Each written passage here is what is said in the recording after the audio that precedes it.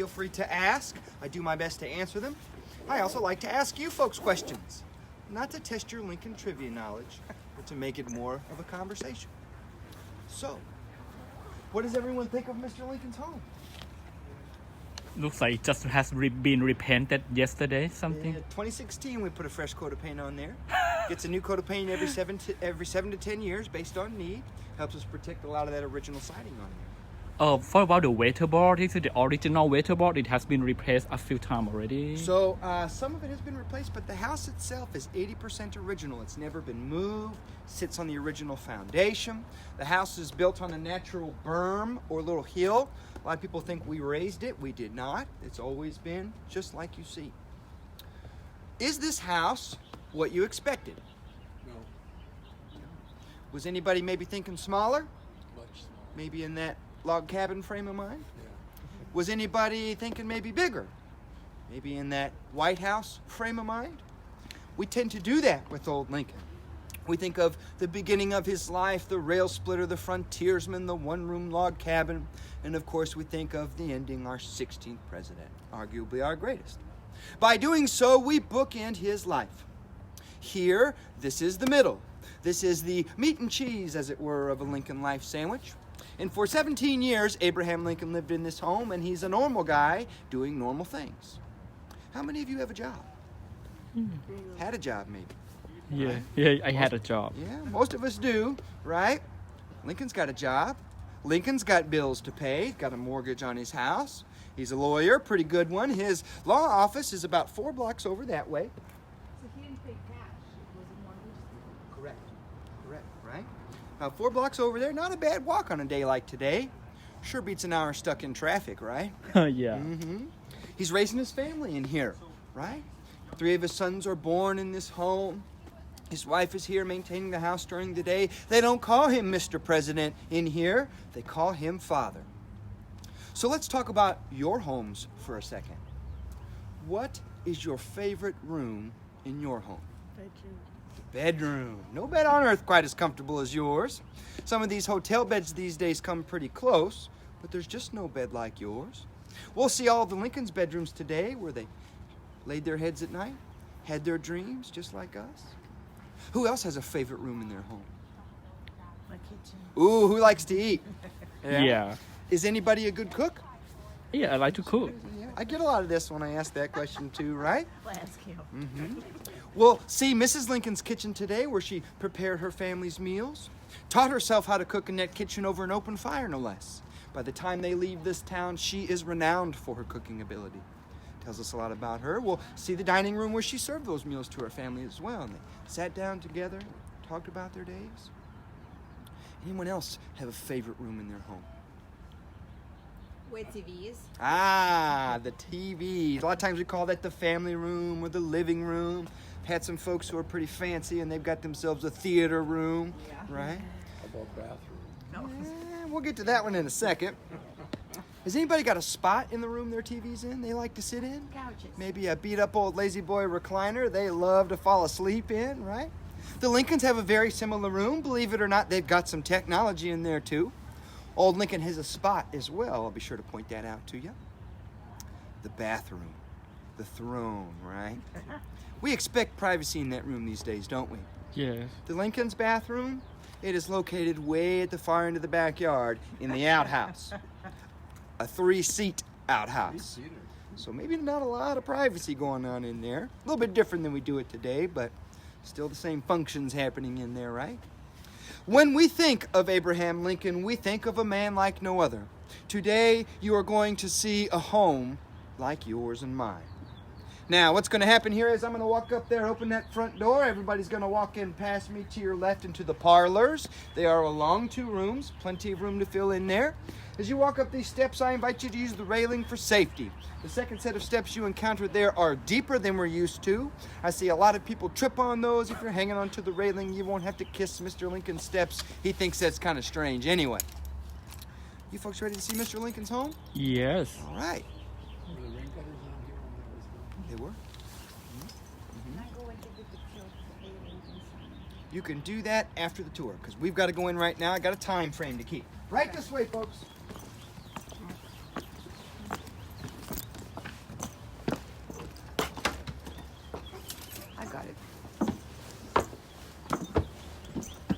Right this way, come on in, welcome, welcome. Right this way, folks, come on in, welcome, welcome. Right this way, come on in, folks, come on in, welcome, welcome. This way, come on in, keep moving on in there for me, folks. Keep moving on in there for me, please.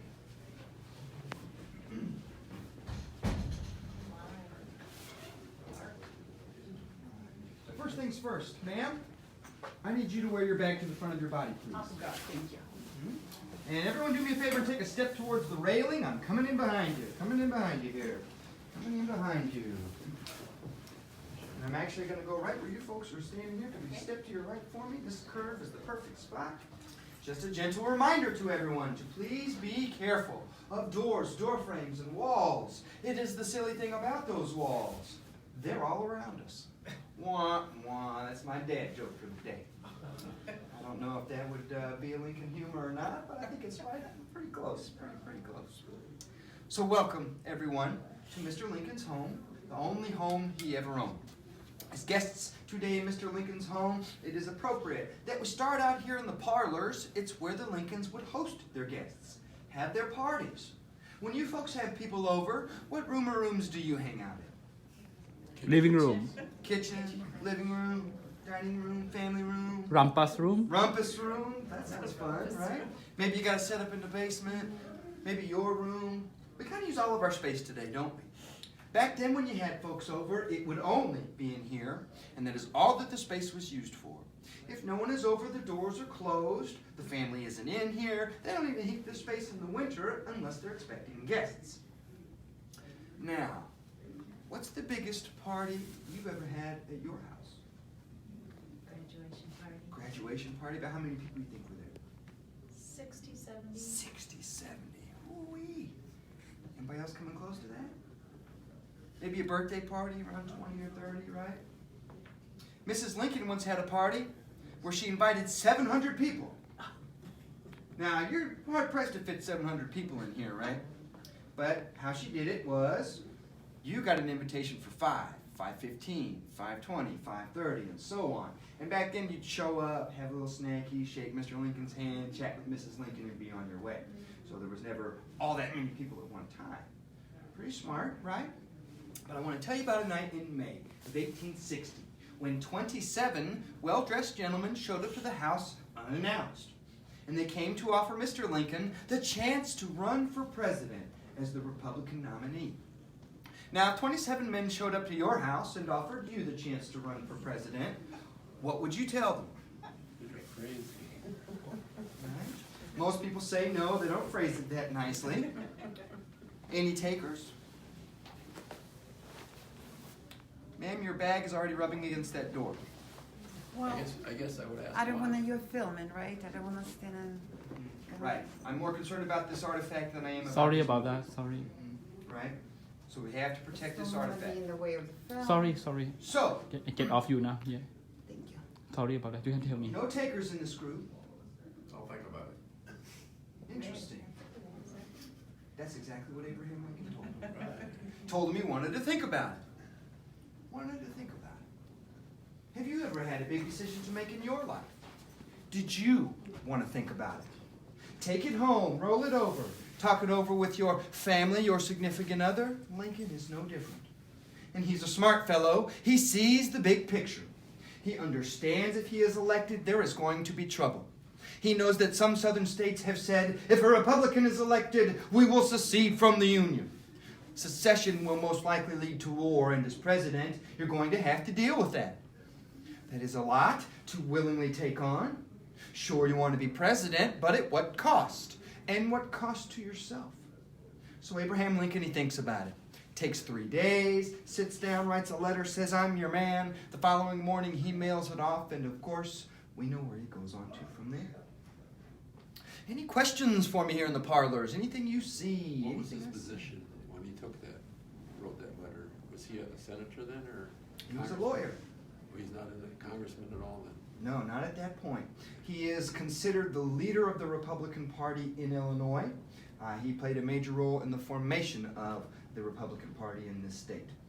He had been involved in politics And leading up to the convention, he'd been actually going around all over the country and giving speeches. And that's kind of what puts him on the map nationally. And when we look at the other individuals that he was running against to become the Republican nomination, he did a lot of work that they didn't feel they had to, because they thought, everybody knows me, I'm the most popular guy, I'm a shoo-in, and that was not the case. And so by positioning himself very well, when a lot of states, their first person they voted for didn't win, they turned to him as their second choice, and that's what got him the nomination. Very, very shrewd politician Abraham Lincoln was. If you can stomach a 750-page book, it's actually 2 books in one, I highly recommend Team of Rivals by Doris Kearns Goodwin. The most recent Lincoln movie is actually based on a section of that book. Very good, very interesting, excellent read, easy to read, but it is pretty long. Good question. Any other questions? Yeah. From here, it looks like those are the embroideries. They Do are. you know if they are embroidered by Mary Todd Lincoln? They are not. Those are what we call period replacements, which means they're as old, just not owned by the Lincolns. If it's something we knew they had, we do our best to get the original. And that furniture, knickknacks, wall hangings, all of that. If we can't get the original and we knew they had it, then we get what's called a period replacement. If we can't get either of those two, then we go ahead and have a straight reproduction made. The majority of the items that you'll see in the house today are either Lincoln originals or period replacements. So she had embroideries. Yes, that was something that she would be doing to fill her time. It was expected of women at that time to be sewing clothes, doing embroidery, cross-stitch, things like that. Most of your small things, knickknackies, wall hangings, most of those are going to be your period replacements. It's very easy for someone like you or me to keep those in our private personal collections versus something like a big couch like that you have in your house taking up a lot of space that no one sits on because it's a Lincoln original piece of furniture. So you donate it to the Lincoln Home for a substantial tax write-off. Just in case any of you have any original Lincoln artifacts. Was that the original stove that was in here? That is not. It is a period replacement. All the stoves that you'll see in the house today are cast iron wood-burning stoves. The only original one is located in the kitchen. Good questions. Any other questions? What is that one? The middle? So that's the stove. Oh, stove. Yeah, it doesn't look like a cast iron wood-burning stove that we're used to today. But remember, this is where you're hosting your guests, so everything in here is going to be super fancy. So that is a high-end fancy business stove right there. So George Washington originally was hanging there, right? George and Martha Washington. We still know George Washington to be the father of this country today, but we don't revere him in quite the same way. Back then, it was common, almost expected, to have George hanging above your mantle. Typically, you won't find Mrs. Washington up there.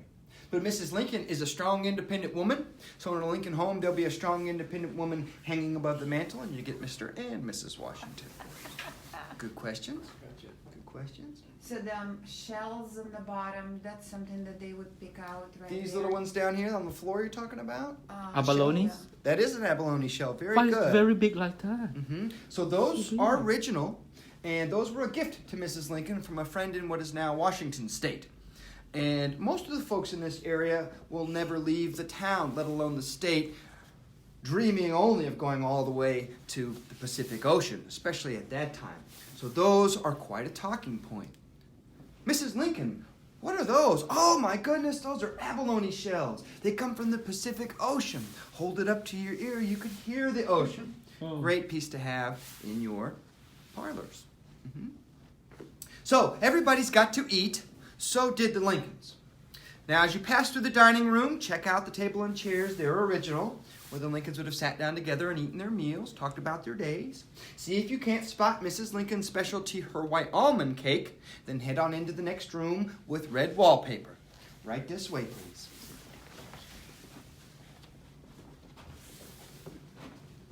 Yeah,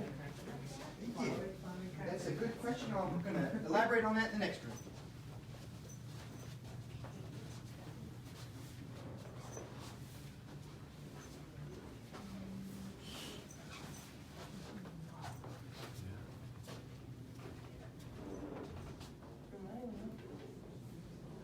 I have a question about the clock in the kitchen, the dining room actually. Is it time for this time period? Yes, that is a period piece. If you go to the self-guided exhibit over in the Dean home, the two-story dark brown house over there, the actual clock that was there, we don't have the casing anymore, we just have the guts.